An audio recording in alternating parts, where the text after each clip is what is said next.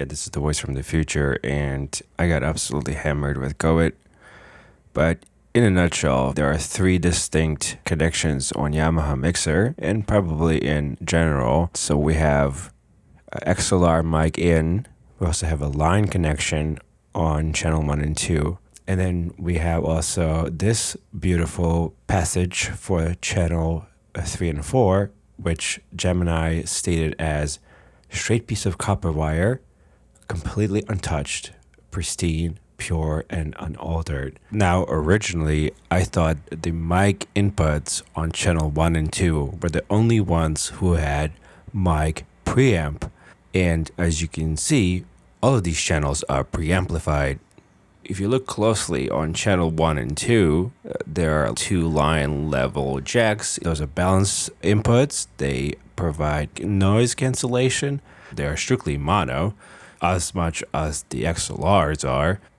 Okay, then we move on to channel 3 and 4. 3 and 4 is on the same strip. Something that I didn't know, or the amount of time I had this mixer. I've been using 3 and 5 thinking that it is 3 and 4. The jacks here are unbalanced stereo. So when you have something connected in left and right, you will end up having a stereo width. This is the same thing on channel 5 and 6. So this would have been called mono stacking, and this is the case in all of these scenarios. So in the case of channel 3 and 5, they are both plugged in to a left mono jack, and what happens is that on each of those channels, the signal is split into left and right. So you have a duplicated sound, and when it reaches master output, the master output basically takes that summed sound and then routes it into a left and right speaker or into a left and right output. So it's stacked sound. You probably would hear a slightly increase in the volume since they get kind of squashed into one. So down the road, you'll see that this is the setup I'm running, and D2 has the final say. And then I would test the same concept, only without it. And then I tested without the amp as well, just to see how that sounds. Also, we're going to be looking at how we are wiring Blackbird and Half Watt. We have two outputs. One is guitar level, and another one is a balanced out. So yes, this, in a sense, took me 15 years to learn, but it finally hit me that I can do this. So Magnolia got a basement. I'm grateful for my dad to actually put everything we see here. This is kind of his child. Luckily, I'm still able to reach this top part, but overall, I think this looks amazing. Not only are we modular here, like we can take this out, we could take that out, and we could take this unit out. Right now it's attached. It's not moving anywhere. It sits on that like there's a small wooden stand which it anchors it, but I just don't like how it wobbles. While I'm setting this up, just wanted to give you guys a heads up that the fuzz continues on from the previous episode. I haven't discovered it until much later, and honestly I would not stumble on it unless I was doing exactly what I'm doing here.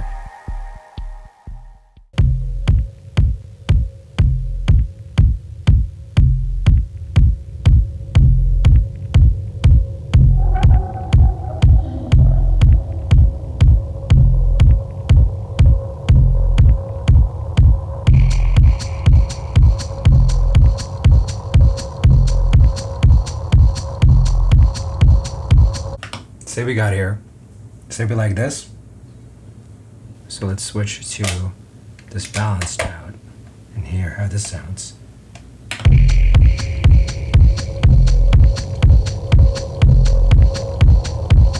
Wow.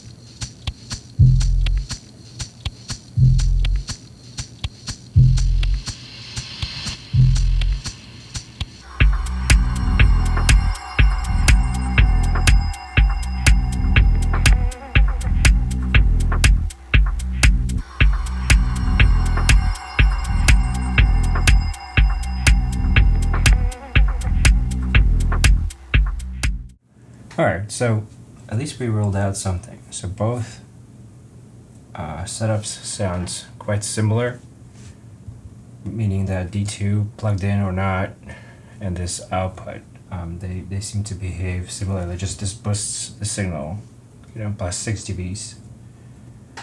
And what is not clear is this balanced out. Okay, so for this round, I'm going to use my gaming headset, and I would like to see how, again, the two outputs sound in them. So right now I have balanced out. Okay, so we're gonna go and listen to this one, and then we'll switch to guitar out and see how it sounds. Got myself a different chair because this one was making so much noise. Alright, well, this feels like I'm not about to play a piano.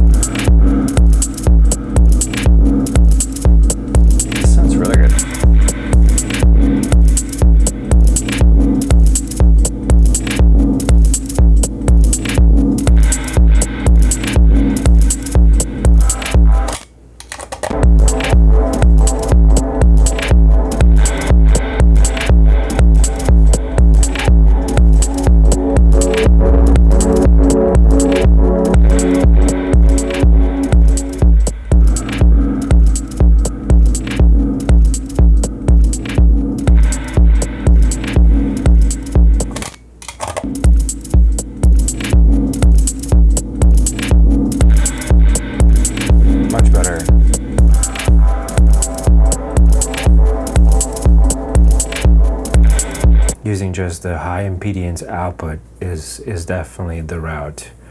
And this balanced out into here sounds also pretty interesting. Maybe not in all scenarios, but it's nice to have. Last but not least, let's power this off and splice in here this RCA tube and see if there's any difference.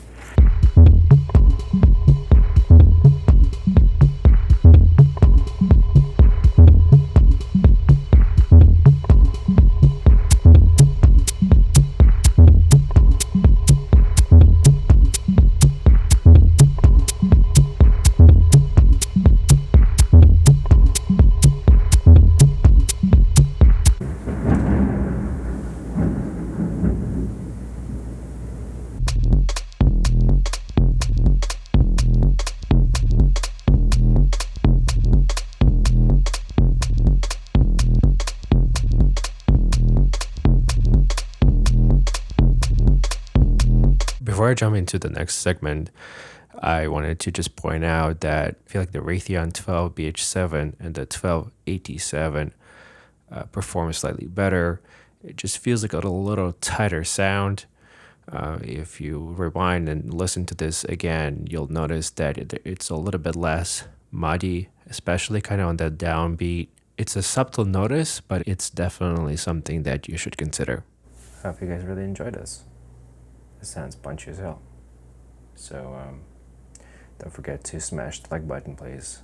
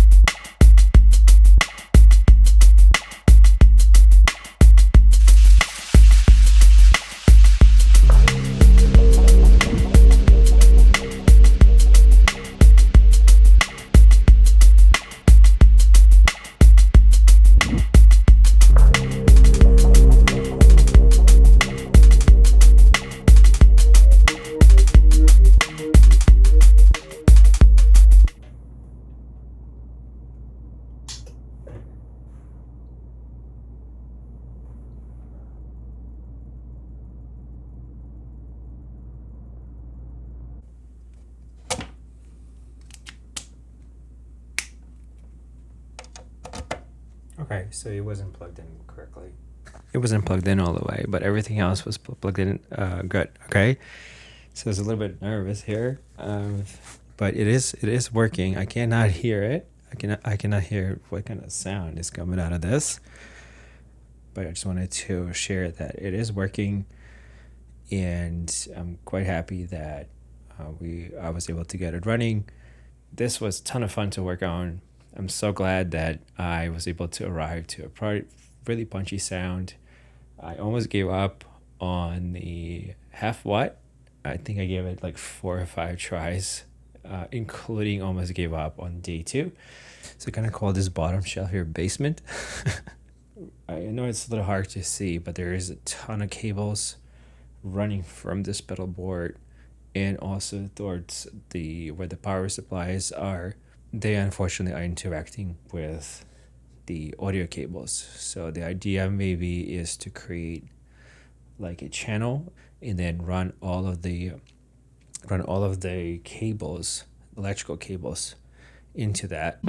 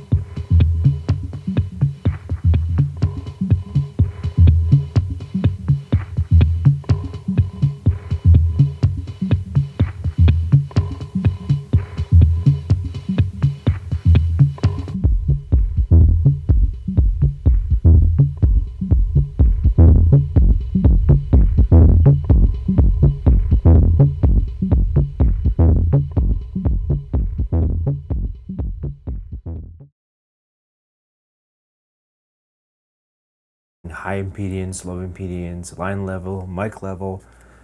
I'm still a little bit unsure whether I got it right, but at least I'm getting there. Hey, I'm working, my girl. What are you doing? Did you catch something?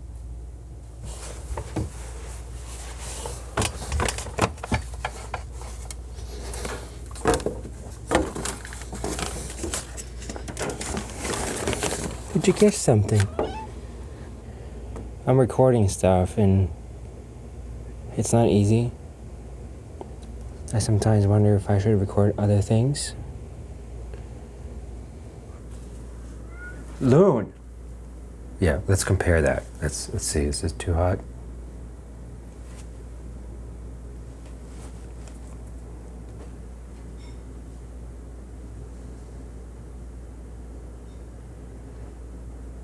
It's been a long episode. I think this is my like 4th recording on this. All right, so back to original.